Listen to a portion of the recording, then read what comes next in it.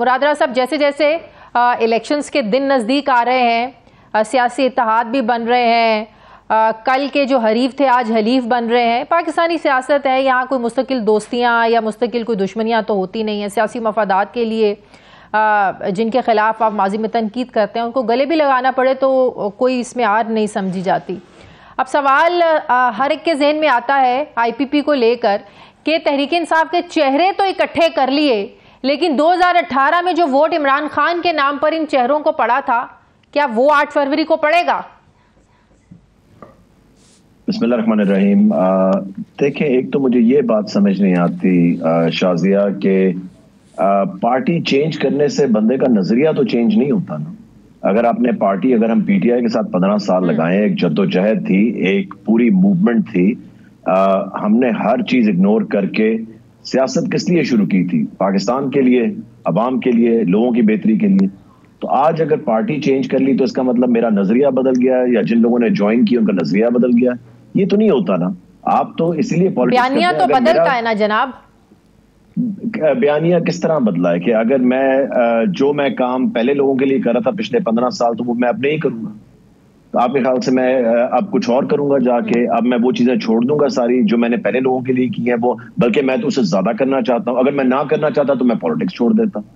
تو میں بلیو کرتا ہوں کہ آپ کا نظریہ کبھی بھی چینج نہیں ہوتا. آج بھی آپ دیکھیں 2018 میں عمران خان کا ایک اسپیسیفک بیانیہ تھا، کرپشن کے خلاف جنگ، کرپٹ لوگوں کو ان کے انجام تک پہنچانا، پاکستان سے کرپشن کا خاتمہ کرنا. میں یہ نہیں کہہ رہی کہ آپ لوگوں کا جو منشور ہے وہ کرپشن کو سپورٹ کرتا ہے یا آپ لوگ نہیں چاہتے کہ ملک میں جو ہے نا وہ کرپشن کا خاتمہ ہونا، یہ بات نہیں ہے. اسپیسیفک جو عوام نے عمران خان کے بیانیے کو پسند کیا تھا وہ تھا کہ آج 70 سالوں کے بعد بھی پاکستان میں جو ہے نا وہ کرپشن کی کہانی جہاں کھڑی تھی وہی ہے، بلکہ کرپشن بڑھتی جا رہی ہے. تو عوام نے اس چیز کو بہت زیادہ سپورٹ کیا تھا کہ کرپشن کا، کرپٹ لوگوں کا واقعی خاتمہ ہونا چاہیے. تو پھر تو لوگوں کو یہ بات سمجھ آنی چاہیے کہ عمران خان صاحب is like the best salesman in the world. ٹھیک ہے کہ نہیں؟ کیونکہ وہ باتیں اتنی دفعہ ریپیٹ کرتے تھے کہ وہ آپ کے دماغ میں بیٹھ جاتی تھی. چاہے وہ آپ 10 دفعہ بھی ان کی اسپیچ سنتے، ایک ہی اسپیچ وہ باری باری ریپیٹ ہوتی تھی. کتنی کرپشن ختم کی پھر پی ٹی آئی نے آ کے 3.5 سال جو ہمیں موقع ملا. آپ کو بھی پتا ہے کتنی کرپشن ختم ہوئی اور کتنی کرپشن بڑھی. اسپیشلی اگر آپ دیکھیں کہ اگر جیسا چیف منسٹر لگایا تھا اس کی سٹوریز پچھلے 2-3 دن سے اب ٹی وی پہ، میڈیا پہ چل رہی ہیں، سب کے سامنے ہیں کہ کتنی کرپشن پھر ہم نے ختم کی. صرف نعرے مارنے سے یہ باتیں نہیں ہوتی، ان کو امپلیمنٹ کرنا ہوتا ہے، ان کا حل نکالنا ہوتا ہے. نعرے بازی تو ہم نے بہت زیادہ کی، ہم یہ بھی کر دیں گے، ہم گھر بھی بنا دیں گے، ہم نوکریاں بھی دے دیں گے، ہم سب کچھ کر دیں گے. تو اینڈ پہ ہوا کیا؟ مجھے تو یہ نہیں سمجھ آ رہی نا. At the end of the day کہنا بڑا آسان ہے، تقریریں کرنا بڑا آسان ہے، جا کے اصل میں چیزیں کرنا، کیونکہ میں نے تو کی ہیں. مجھے جو ڈپارٹمنٹ دیا گیا تھا میں نے تو کوشش کی جتنی چیزیں وہاں ٹیکنالوجی کا استعمال کر سکے، چیز وہاں کر سکے، میں نے تو کی. مجھے پتا تھا کتنا مشکل تھا اس آدمی کے نیچے، عثمان بزدار کے نیچے کوئی چیز بھی کروانا. اور باقی چیزیں آپ کے سامنے ہیں کہ اس کو اگر آپ ایک انکمپیٹنٹ بندہ لگائیں گے جس میں اہلیت ہی نہیں ہے کسی چیز کے اندر بھی، کسی ڈپارٹمنٹ کے اوپر، کسی پوزیشن میں بھی، چاہے آپ کی وہ پرسنل ہو یا پبلک ہو یا کہیں پہ بھی ہو، وہ چیز کبھی بھی کام نہیں کرے گی. سو اس لیے بیانیہ بڑا زبردست تھا، مگر اس کو کتنا امپلیمنٹ کیا گیا یہ آپ کو بھی پتا ہے، مجھے بھی پتا. تو اس بار تو پھر 2024 کے الیکشن میں 2018 کے نسبت آپ کو زیادہ ووٹ لینے چاہیے پھر اپنے حلقے سے انشاءاللہ تعالی. صحیح. آپ لوگ پنجاب میں کیا یہ بات درست ہے مسلم لیگ نون کے ساتھ اتحاد کرنے جا رہے ہیں؟ بالکل بھی ایسی کوئی بات نہیں ہے. ہم انڈیپینڈنٹ، میں آپ کو آج تک کی بات بتا رہا ہوں. دیکھیں، میں فیوچر نہیں پریڈکٹ کر سکتا، نہ میرے پاس کوئی بلیک بال ہے جو کہ فیوچر پریڈکٹ کرے. آج تک کا جو فیصلہ ہے، ہم کسی سے نہ ہمارا رابطہ ہوا ہے، نہ کسی نے ہم سے رابطہ کیا ہے.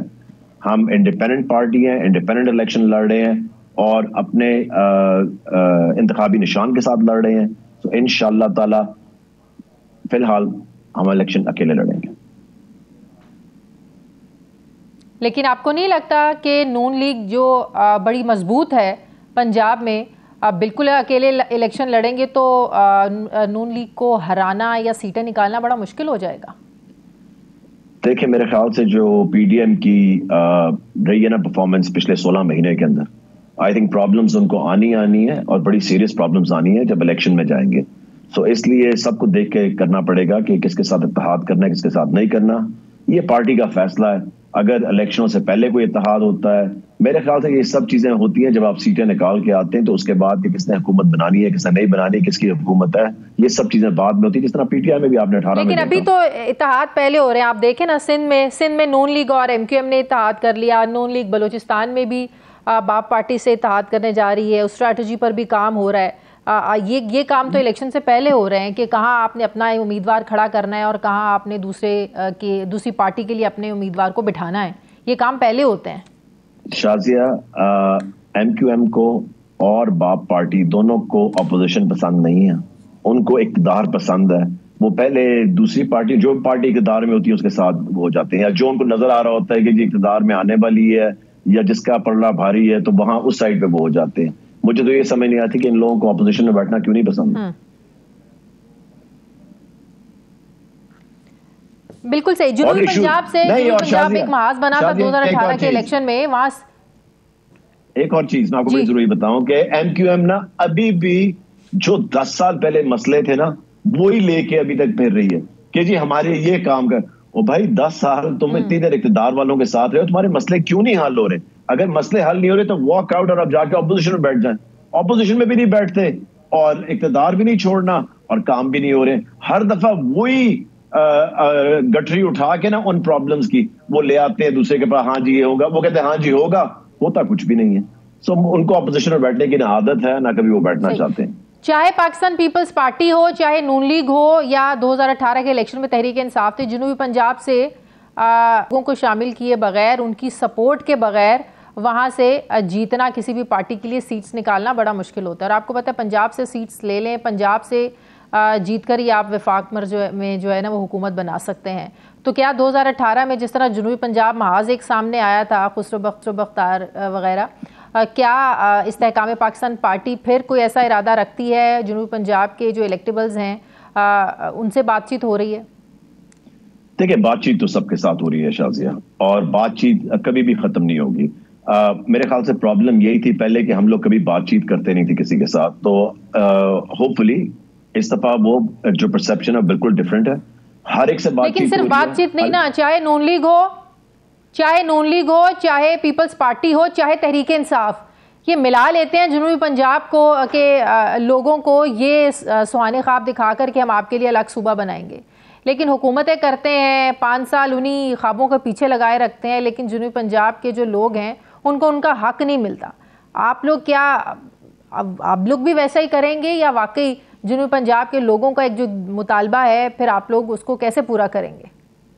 دیکھیں, ہماری تو پارٹی کے جو ہیڈ ہیں وہ خود جنوبی پنجاب سے ہیں.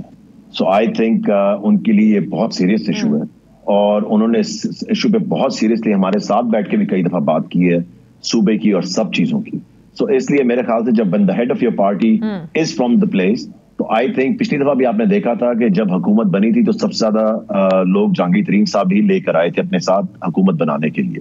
سو اس لیے میں یہ سمجھتا ہوں کہ ان کے لیے یہ بڑا سیریس ایشو ہے, یہ ان کے لیے بڑا سیریس ایشو ہے, اور میرے خیال سے اس پہ انشاءاللہ تعالی اس دفعہ ہم اقتدار میں آتے ہیں تو فیصلہ ہو جائے گا.